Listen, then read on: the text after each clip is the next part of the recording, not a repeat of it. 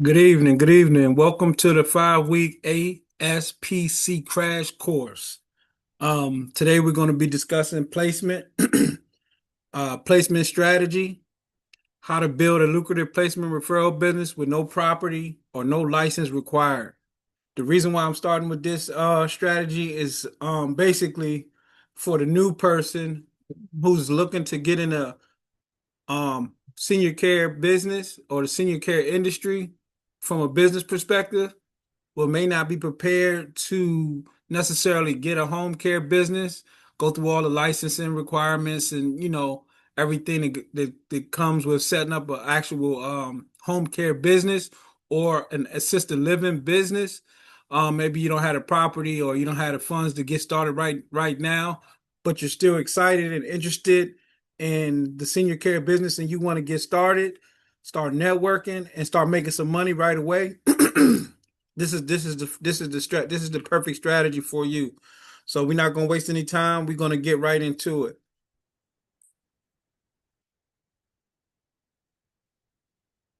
So what is a placement service, right? Um, Placement service is basically a matchmaker. It's family seeking care.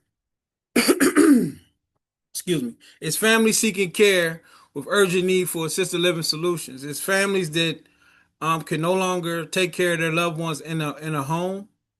So these are the people that you're going to be working with closely. These are the families and the actual clients that you're going to be helping out, and you're the matchmaker in between the care facilities. So your job is to build a network of family seeking care and build a network of care facilities, obviously, who want to place residents. It's always residents. I mean, it's always facilities looking for to fill beds, and there's always families looking to find a suitable facility for their family members' needs, for their loved ones' needs. So that's where you come in. You're the matchmaker and you walk them through that process. And that's pretty much what it is.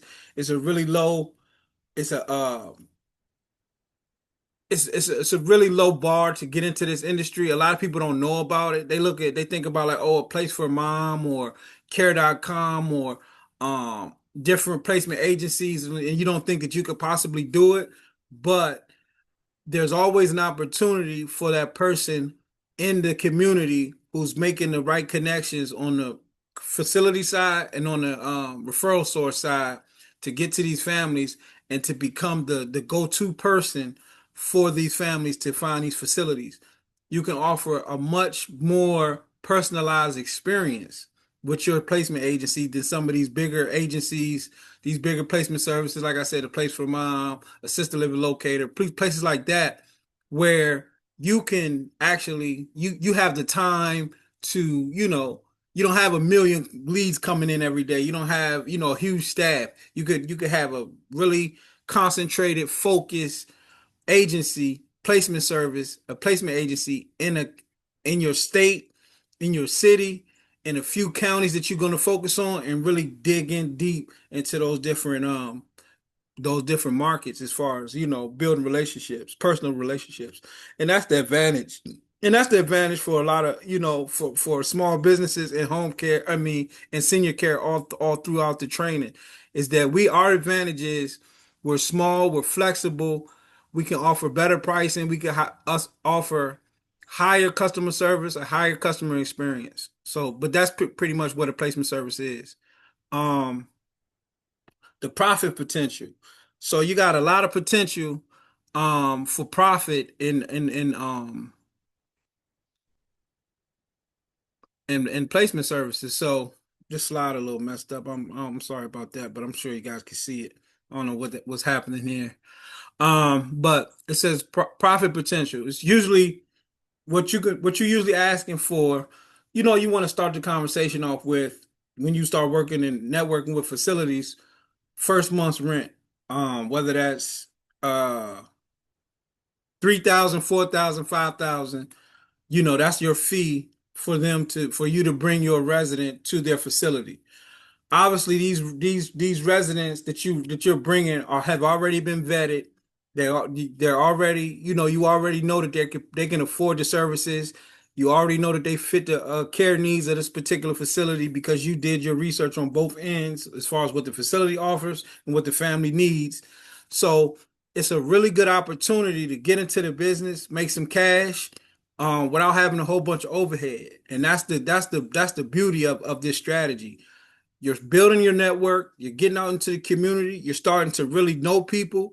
So when you do eventually do home care and you do eventually do an assisted living, if that's the goal and that's the direction you want to go in, you already built this network. And this is giving you a great opportunity not to just go out here and network, but to go out here and network and make some money. So um obviously every facility is gonna want to, talk offer different rates and stuff like that, but just do whatever makes sense. But always start at 100% of first month's or the first rent, or, 100% of the rent for 1 month. That's your negotiation point. Now, if they talk you down, they'll say we'll give you 80%, or we'll give you 30 or 70%, 75%. I mean, don't shy away from it because it's still good money. But once you build your network and you have a good program going and you have four, I mean, if you do 3 or 4 placements a month, you can make some really good money. And this is just, like I said, no overhead. You don't have no employees. You don't need no license and none of that stuff. You just need a good, a good, marketing, a good marketing setup as far as your website, your material and all that stuff. We're going to get into that. But this is a great opportunity to start really making some money in the home care industry. But the real key is to start building your network. But this is an opportunity to build your network and make money while you're doing it. So your target clients are families in crisis, sudden hospital discharges, dementia progression, the family caregivers getting burnt out. Um, they might be in a rehab, and the families, the doctors are telling them what type of care they're going to need upon release from the rehab center after maybe a fall or something happened at home. And a lot of families can't deal with, what healthcare professionals can deal with. So that's when you step in and, you begin to, provide these options for them to go to these different places. But these are your target clients. And then also you're looking at healthcare professionals, social workers, discharge planners, and stuff like that. Hospice coordinators. These are the people that you're going to really focus on when it comes to networking. These are the people, the relationships you want to build. And you're just thinking about, just don't get overwhelmed. Like, okay, social workers, discharge planners, coordinators, different discharge coordinators, hospice coordinators, stuff like that. Focus on one county at a time. Focus on one city at a time, one zip code at a time. Build the network. Make do really deep relationship building. Meet these people. Go to the actual facilities, or the different the hospitals or the rehab centers, um stuff like that, nursing homes. Go to these places where you can actually sit down and have a conversation with these people and let them know what you're bringing. You're not asking for anything from these social workers, discharge planners, or hospice coordinators, or people in this similar, these similar professionals, but referrals to help them, transition the patient into a residential facility that's better for them, and it's one less person they got to deal with in their program. So that's what you're offering them. Obviously, we know what we're offering the families, and then you got some other senior service providers like elder law attorneys, financial advisors that deal with the elderly, and even home care agencies, home health agencies more so. They're dealing with people with more advanced problems, and you tell them as well, like, we pay you guys a referral fee, if you send us, a resident. Some home care agencies, you'll see, once if you ever go into that direction, that you're going to get a lot of leads for assisted living that you can't do nothing with. And if you have relationships with home care facilities, or home health care facilities, I mean agencies, they can send you a lead and you can pay them for that if it closes.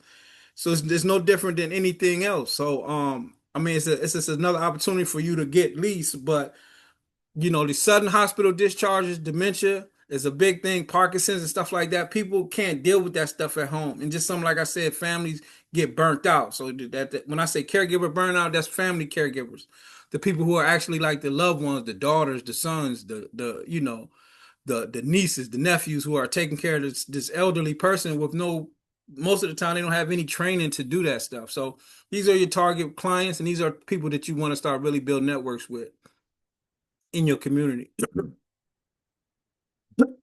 Uh, Facility partners, licensed assisted livings, residential care homes, memory care communities, that focus on private pay. These are the facilities that you want to get a list with. Most don't, you're not going to have no problem finding assisted livings to work with. Every state has a registry of all the facilities that's in that state. So you can just go to your state website, or go to your government's website, your state government's website, and look for assisted living directory, or put in Google Georgia assisted living directory, and you're gonna get a list of all the assisted livings in your community. Or you could use like a chat GPT and just put like, hey, give me all the assisted livings in this zip code. And they're gonna give you a list of all the all the assisted livings, or say, give me 25. Then you gotta put like maybe like another 25. And then you have 50 facilities that you can start calling, visiting, communicating with, and telling them that you're offering placement. Everybody's going to want to talk to you, because the number one way assisted living make money is residents. And if you're bringing residents, they want to hear what you have to say. Residential care homes are like smaller facilities. Same difference. You go to these facilities, you get a list in your community, in your zip code, in your city. You say, like I said, put in chat GBT, I want the address, phone number, and the email.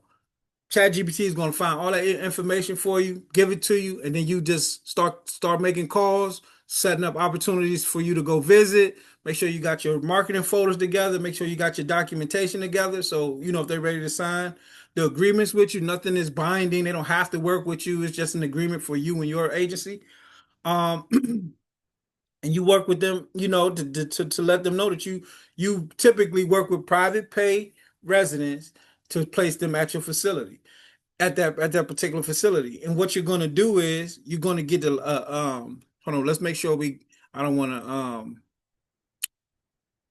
skip over anything. But what you're going to do is you're going to build your facility networks, and you're going to basically figure out who offers what kind of settings, what kind of setting it is. Is it more, commercial? Is it like bigger and there's a lot of people? Or is it more home style?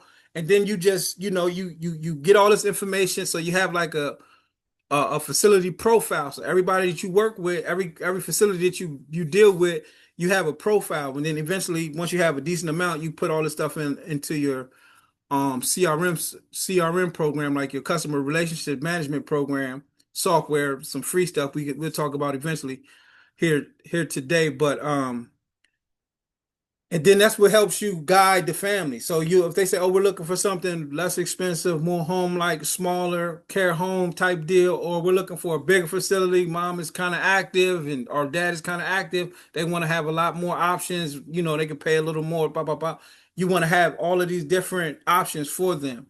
You research all local options, build relationships with the decision makers. You always want to make sure you're talking to the people who can actually say yes on either side, whether that's the facilities and that's the family members.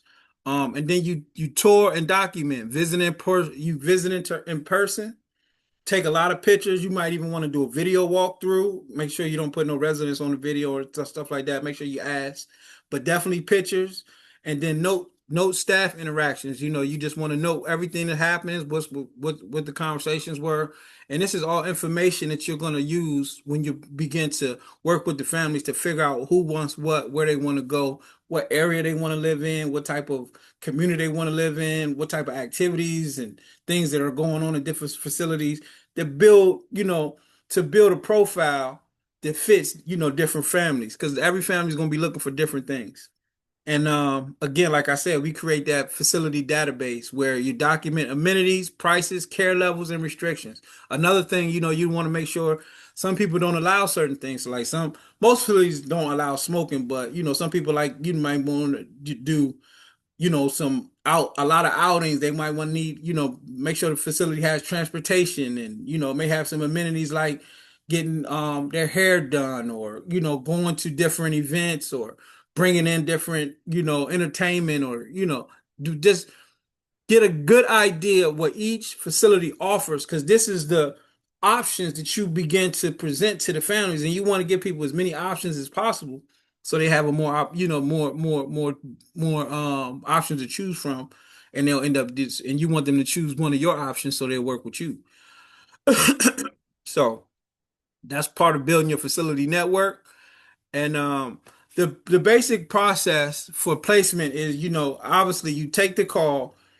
This is say we're talking about you've already been networking, you got some facilities that you want to work with, and now you got a call from a say like a rehab center, a rehab facility, and they say, okay, we got a resident here for you, a possible resident for you. They're looking for such and such. Here's and the family calls you, or they get the information from the family and or they get your information to the family, or they give you the family information. However it works, the first intake call, you want to gather as much information from the family as possible, but you want to also make sure that you're listening and taking copious notes on what they're saying, what they need, and what they're looking for. So you want to gather initial information, like obviously what areas they want to live in, or what areas they want to be in, their price points, um what's their current situation as far as their needs assessment, evaluate their care requirements, and then you go into the facility matching process, identify suitable options, and then you put together a package and you follow up with them and ensure that they that you have everything that they're looking for. Do a sit down. Hopefully you can do like a sit down. I would prefer doing this like that initial sit down when you take them the options that you have in person, and then you schedule a tour with the facility, you communicate with the facility that they're interested in, you schedule a tour, you go with them to the tour, make sure you're part of the conversation. All your documentation is correct with the family. All your documentation is correct with the facility, and then hopefully they sign on whatever facility they choose. They sign on. You get paid, and then once they're in there, you get paid. You follow up and make sure they're satisfied. Because guess what? You might even place the same. There's an opportunity for you to place the same person.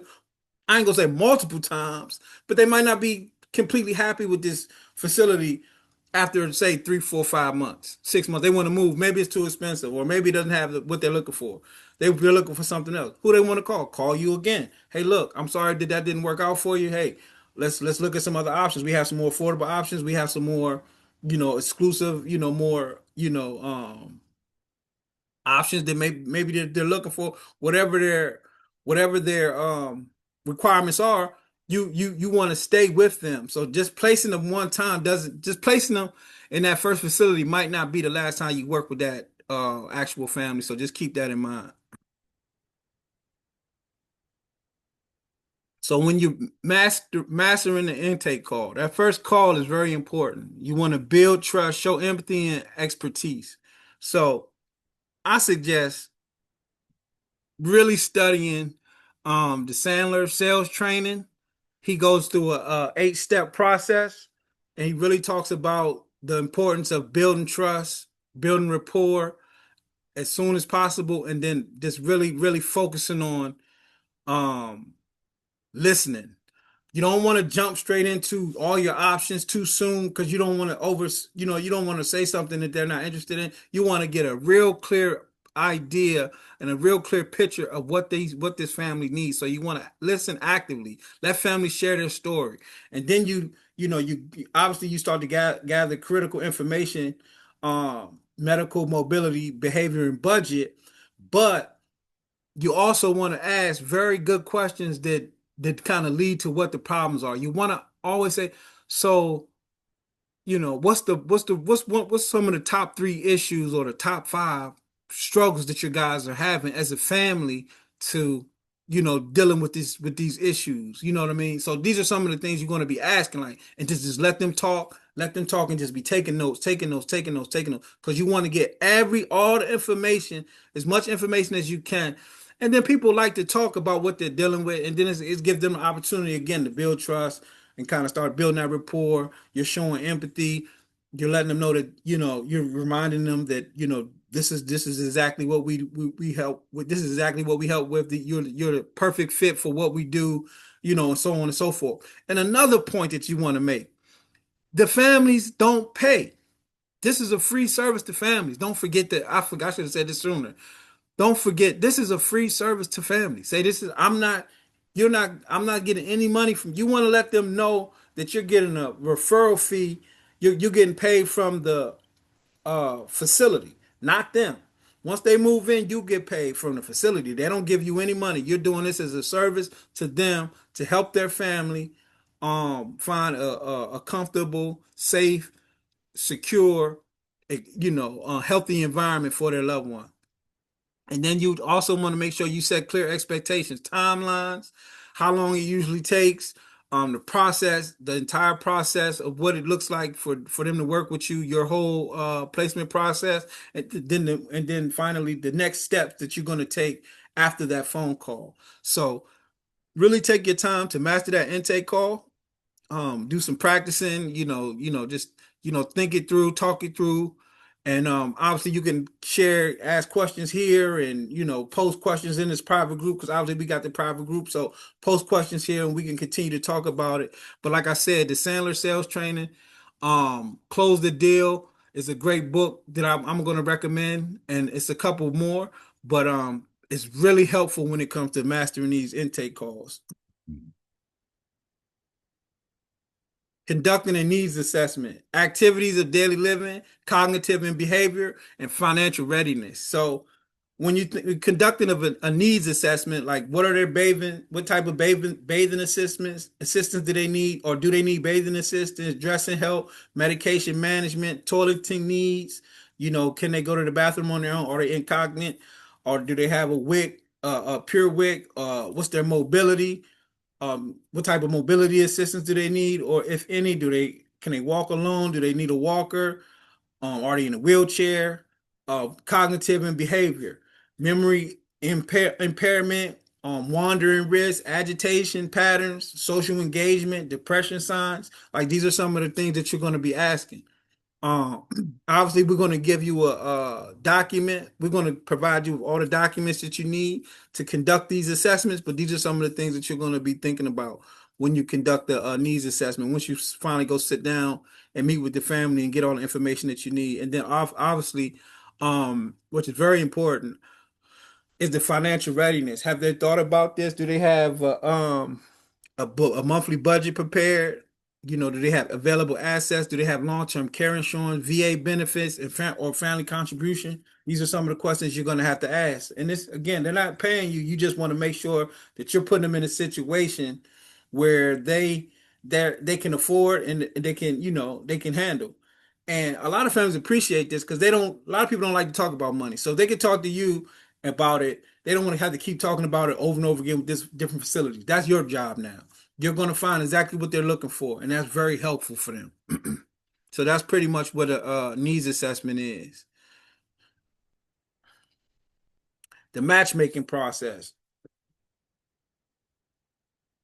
Connecting expertise with care. So filter by needs, match care levels with facility capabilities, consider budget, obviously, present options within financial reach, and then location preference, proximity to family or medical providers, and then present 2 to 3 options, but avoid overwhelming with too many choices. And that's something I was saying earlier. You want to have options, but you don't want to have too many options. So you present 2 or 3 very good options that fits their needs, their care levels, and the facility capabilities for exactly what that family's looking for. Something obviously that fits their budget, and then something in the location preferences that they have. Whether it's, like I said, whether it's proximity to family or different medical providers or hospitals and stuff like that that people want to be closer to. And like I said, just present two or three options at a time. So you go, you have these meetings, you sit down with the family and you let them, you go over each option, tell them all the things that, based on their criteria, why these facilities work.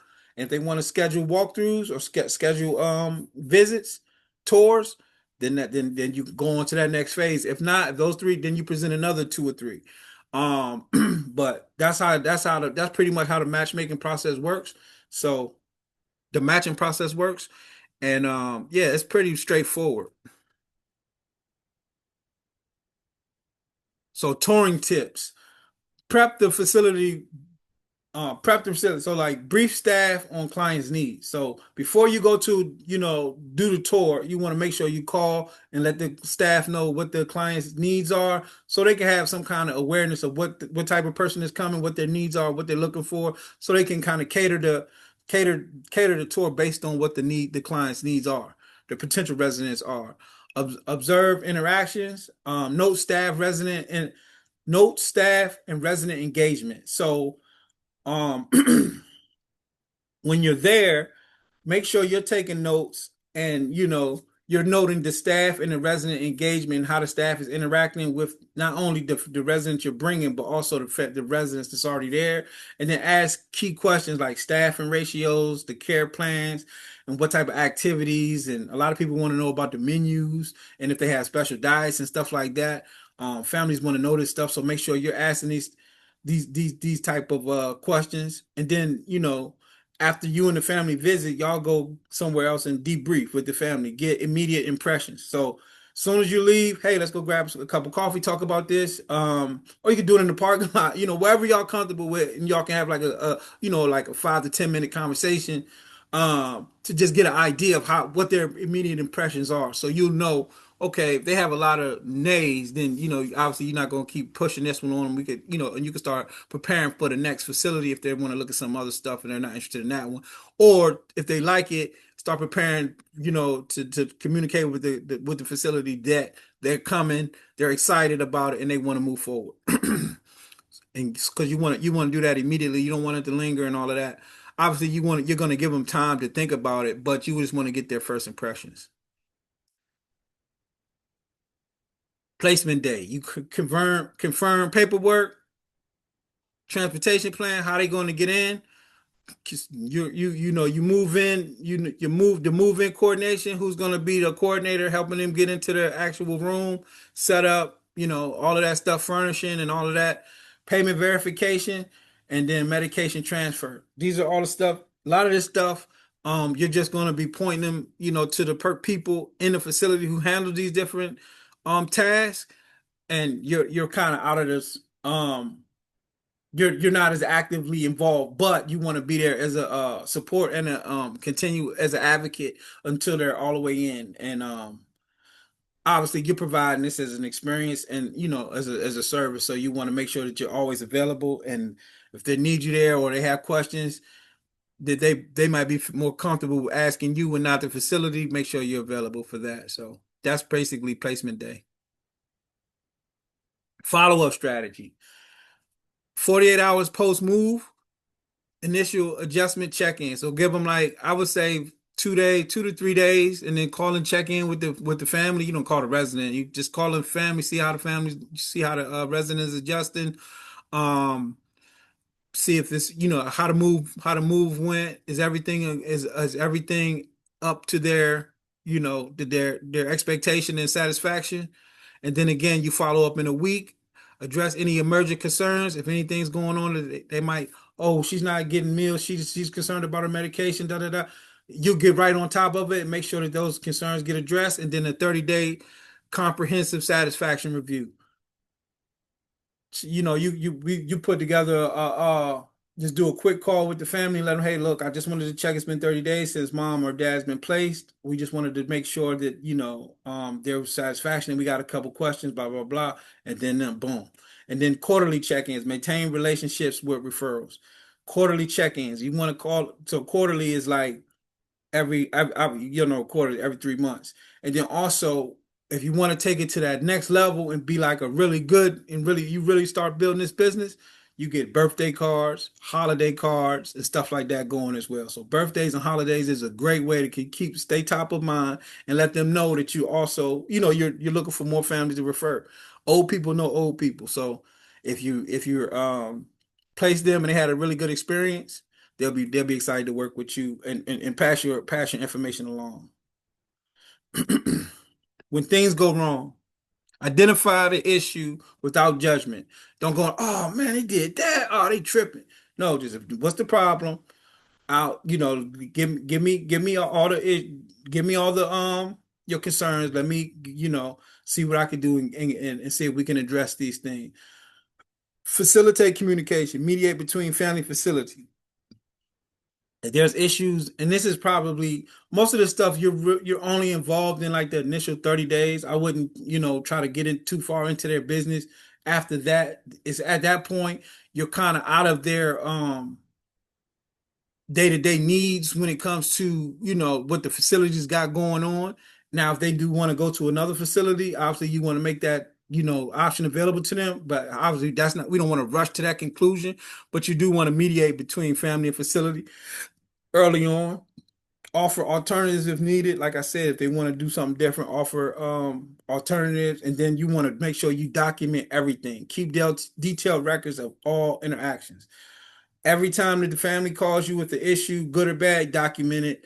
If there's issues with the facility and you have to deal with the actual for staff member or have some communication with the staff, documented the actual the referral, the place that sent you the lead, the resident, whether it's the like I said, the hospital, the nursing home or rehab. If it's an issue with them, document it. Document everything that you got going on because you don't want to be in a situation where you don't have clear and concise records of what's been going on with this particular family in case things do, because things will and do go wrong. Not all the time, but things do go wrong, and you want to be a professional and be prepared.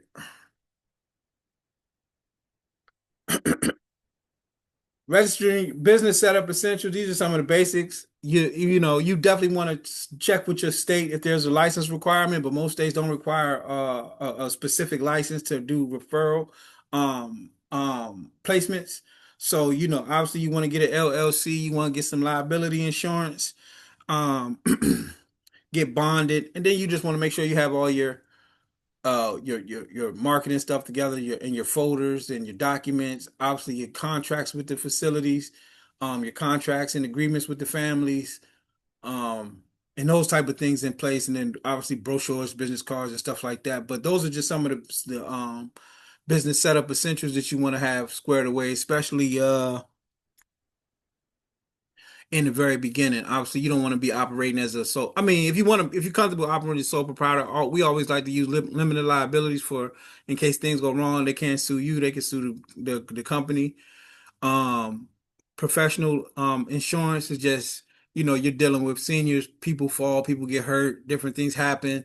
And if you're in their presence or they came to see you when something happens, you just want to make sure you're covered. So you just get a small policy. You don't have to get no big policy like for an agency or like a home care agency or a facility, just something that covers your business. And then again, you want to make sure you have all your documents and stuff like that. Then you get into your marketing stuff. So I was talking about the CRMs. So, technology, CRM is customer and relationship management. See, these are some of the essential business tools. And the first thing I did talk about is a customer relationships management or a tracking spreadsheet. You could use like a Google or Excel sheet, but I would suggest getting like Zoho or HubSpot, something that's free most of the time or very inexpensive for your needs, because all you're going to be, I mean, not all these some of these softwares could do like crazy stuff, but you'll just need like the basic stuff in the beginning where you just putting all the facilities in there under a certain tab, all the residents that all the potential families that you going to work with, all the referral sources, and the potential, the referral agencies, the referral sources. So you got your facilities. I don't want to lose you guys or confuse anybody. So you got a list of all the facilities that you're working with, a list of the families that you potentially, once they start calling and coming towards you, so the actual families, and then the referral sources, the hospitals, the rehab centers, the nursing homes, etc. So these are the three different columns or different, profiles. We'll call them profiles of people that you want to management. These relationships you want to management in these different softwares. You can set up a Google Voice business line, and then use like Google Docs or Google Drive to manage and store all your documents. And then, the forms and documentations you're going to need client intake assessment. We're going to provide you with these facility evaluation templates, and then the placement agreements. We're going to provide you with all of this stuff. And then obviously you're going to need professional business cards, simple information website, nothing too over the top, just really nice, clean, and concise, shows exactly what you offer, um and what to expect when dealing with you. And you always want to have an opportunity, like your phone number, your office. You could use like a virtual office, um website, obviously, but on there you want to also have an opportunity for them to like put their name and email to receive some type of, whether that's like a newsletter, a brief, some type of some type of information document to exchange for their full name and their email, even their phone number. And then like a referral source brochure. So you put together a brochure and tell them, you don't see what I wouldn't what I don't want you to do is start putting all the facilities names, addresses, and email. Don't put all of that stuff on your information, because they just go straight to the facility. Put the locations and what the different facilities offer without putting their names or their contact information. Just put the information so you're the one that's going to take them there, not, you're not just promoting their stuff for free. So, just so those are some of the official business tools, the essential business tools that you're going to need. And again, if you have any questions, you want us to dive deeper into this, just let me know and we'll go deeper into each one of these. Obviously, like I said, we're going to provide you with the forms, documents, and the technology that you need. Like I said, Zoho, uh HubSpot, Google Voice for your business line. It hooks up to most phones, whether you use an Apple or Android.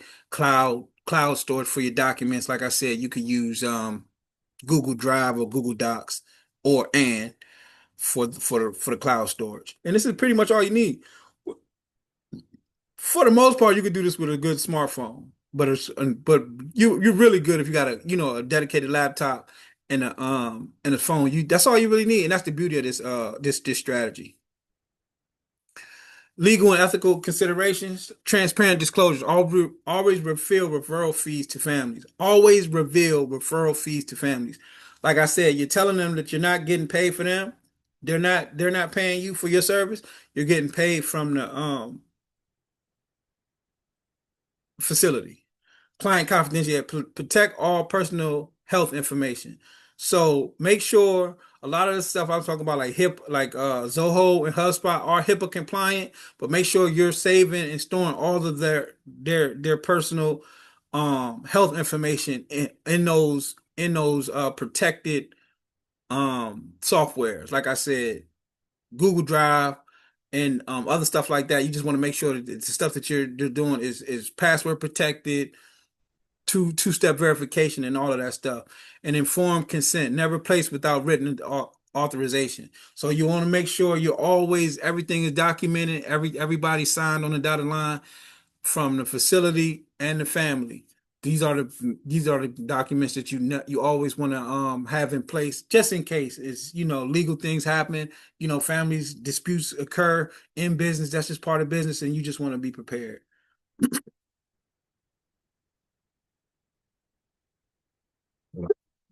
A great thing to do is do a role play workshop. These are some things you could workshop with some friends and family or your partners. Scenario one, intake family has urgent hospital discharge. Scenario two, needs assessment, client with moderate dementia, limited budget. Scenario three, facility pitch, meeting with new memory care director. Scenario four, objection handling. Like if they don't want to do it, how do you handle the different objections? Families concerned about placement fees. Obviously, you telling them that it doesn't come that they don't pay for it. That's just one of the objections. Uh, way to handle that objection. Follow up calls. Resident unhappy after the first week. So run these scenarios. I mean, if you don't, I mean, hopefully you have somebody to run them with. And if you don't, you don't. A good tool that a lot of people are sleeping on. Again, I talk about ChatGPT a lot. You could run these scenarios with ChatGPT. Hey ChatGPT, this is just a potential. You use the audio button. Hey ChatGPT, like you're talking to it, not texting. You click the microphone. You say, Hey ChatGPT, let's run some role play workshops for my placement agency. This is scenario one. This is an intake call. Family has urgent hospital care discharge. How do I as a placement agency deal with this family? Let's do a role play. ChatGPT will have that conversation with you, and so on and so forth. Scenario one, two, three, and four, and five. They can have that conversation with you. Play with it, get comfortable with it, and if you're not using it, this is a great opportunity to start using it. I'm gonna be talking a lot about ChatGPT and different uh AI tools as we move along through the 5 week crash course. So be sure to download ChatGPT, and if you want to really get good at it, get the ChatGPT Plus. It's like $19 a month. It's the best $19 you'll ever spend in your life. Trust me. So that's a good way to role play with yourself with the AI, and then all of the conversation is going to be recorded in text. So it's going to be awesome. Your homework assignment. Research local facilities, find 3 assisted living homes in your area. Um, Make initial contact, call and introduce your services, your service concept. Schedule a tour, set up in-person visits with marketing directors. Create facility profiles. Document key details for each tour. So this is your homework. Um, and another thing I want to make sure you guys do. Um, is go pick up Close the Deal by Sandler. I forgot his first name. Sandler Close the Deal. Just put Sandler or Close the Deal, Sandler Sales. Sandler Sales, Close the Deal. Get that book. Audio book. It's gonna probably be hard. It might be on audio. Some of his stuff is a little older, but he's probably the best salesperson ever. If you never heard of him, I mean, but in the sales world, he's like one of the best that ever did it. He's from like the 80s, but his content, they've been updating it. Like he built a huge business. So people are still, he's passed by now, he's passed, but his content is still being updated and utilized and taught in trainings. There's different, um, you can even join like Sandler training centers in different cities where you can go and learn some of this technique. So, get that Close the Deal book, study that book. That's your homework for this week. And of the recap, people understand clients and partners. That's something that you just want to think about. The people that you're going to be involved with, the assisted livings, the referral sources, and the actual clients. The process, mastering the placement workflow. Get a clear idea, get step by step process of how this thing is going to work. Get a clear idea of how you're going to do it. What makes sense for you, and what you think is going to be best for the community that you're serving. Partnerships, building your facility network. That's very important. Also, building your referral source network. Remember, this this opportunity is no more than just creating a great network and becoming a asset in the senior community that you living in, that you eventually, hopefully, I want you to go into either home care and or assisted living. These people are going to be the same people who are going to be able to help you with your home care business and your assisted living business. You're using this as an opportunity to network and get paid to do it. Week 2 preview outreach and referral marketing. So we're going to talk a little bit more about the importance of outreach, community liaisons, you being the first community liaison for your business, whether it's home care, assisted living, or placement. Um, and make sure you bring your notes and facility contact list for, so we know you did your homework last week. And like I said, if you have any questions, feel free to post them in the comment section. Schedule a call with me once you're in the 5-week coaching program, the 5-week crash course. We could do phone calls, one-on-ones. We could do Zooms. Anything you need to help you better understand this content. This is going to live in a private group on Facebook, and we got the recording. So if we forever Facebook doesn't exist no more, you can still have access to it. But this is in a private group. It's not going to be taken down, and only you can see it because you're in the program. See you next week, and look forward to hearing from you soon. Thanks.